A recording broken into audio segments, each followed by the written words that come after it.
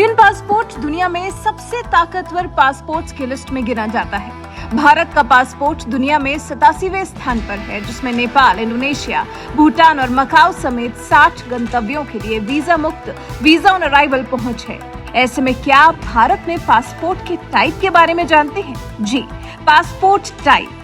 अगर आप सोच रहे हैं कि पासपोर्ट एक ही टाइप का होता है, वो भी जो आपके पास है, तो जनाब आप गलत हैं।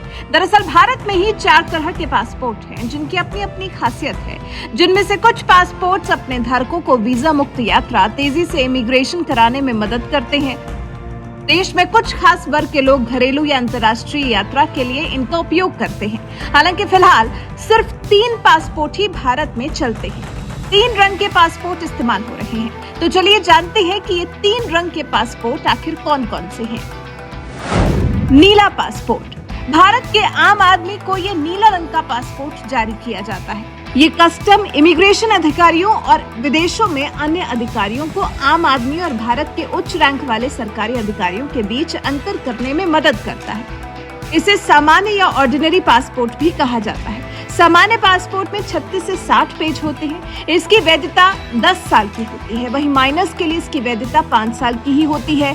इनके 18 साल पूरे होने पर 10 साल की वैधता का पासपोर्ट जारी कर दिया जाता है। मैरून रंग का पासपोर्ट।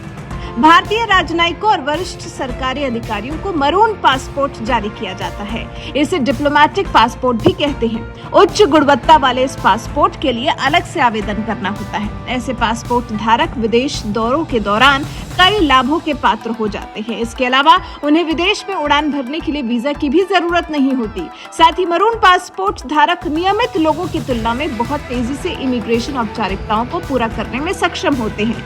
इन्हें इमिग्रेशन के लिए आम यात्रियों की तरह लाइन नहीं लगानी पड़ती।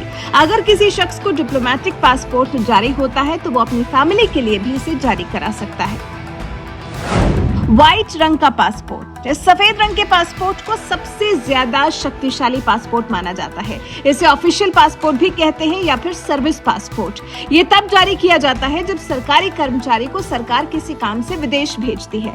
सरकारी अधिकारी सफेद पासपोर्ट के प्राप्तकर्ता होते हैं। यह आधिकारिक काम के लिए विदेश यात्रा करने वाले यात्रियों को जारी किया जाता है। सफेद पासपोर्ट कस्टम और इमिग्रेशन अधिकारियों के लिए धारक को सरकारी अधिकारी के रूप में पहचानना और उचित उपचार देना आसान बना देता है। एक चौथा और पासपोर्ट होता है टेम्पररी पासपोर्ट, यानी कि अस्थायी पासपोर्ट।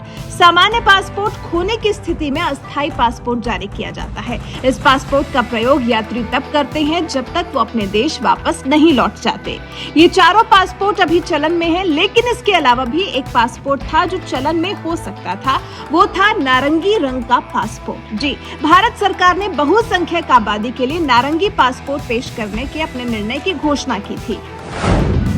ये उन व्यक्तियों की पहचान के लिए था जिन्होंने 10वीं से आगे की पढ़ाई नहीं की है।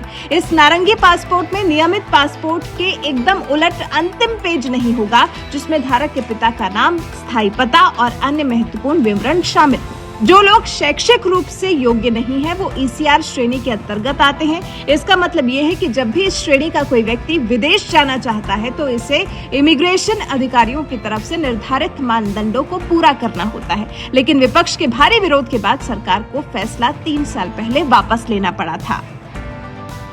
और अब नरेंद्र मोदी के राज में तो हम डिजिटल वर्ल्ड में एंटर कर चुके हैं, जहां सब कुछ डिजिटल तौर पर किया जा रहा है। तो फिर पासपोर्ट डिजिटल क्यों ना हो? जी, विदेश यात्रा के लिए ई-पासपोर्ट जारी होने का ऐलान तो इसी साल के शुरुआत में कर दिया गया था, जिसमें एक चिप लगी होगी। इससे यात्रा आसान बनेगी और इमिग्रेशन काउंटर पर लगने वाली भीड़ भी कम हो जाएगी। होगा ये एकदम सामान्य पासपोर्ट की तरह, बस इसमें एक चिप लगा दी जाएगी जिसमें यात्री से जुड़ी तमाम जानकारियां होंगी, जैसे जन्म तिथि और पता आदि। ई पासपोर्ट के क्या है फायदे? यात्रा के इमिग्रेशन काउंटर पर ई पासपोर्ट के जरिए स्कैनिंग हो जाएगी। यहाँ पर घंटों लगने वाली लाइन के झंझट से मुक्ति मिलेगी। काउंटर पर वेरिफिकेशन तेजी से होने पर यात्री का समय बचेगा। फर्जी पासपोर्ट पर लगाम लगेगी। ई पासपोर्ट जारी होने पर कई तरह के डॉक्यूमेंट्स लेने से बचना होगा। किन देशों में है ई पासपोर्ट का चलन? दुनिया के कई देशों में पहले ही ई पासपोर्ट चलन में है। इसकी शुरुआत साल 1998 में मलेशिया से हुई थी। बाद में अमेरिका, ब्रिटेन, जापान और जर्मनी समेत कई देशों में इस तरह के पासपोर्ट का इस्तेमाल किया जाने लगा। भारत में आम लोगों के लिए ई पासपोर्ट इसी साल जारी किए जा सकते हैं।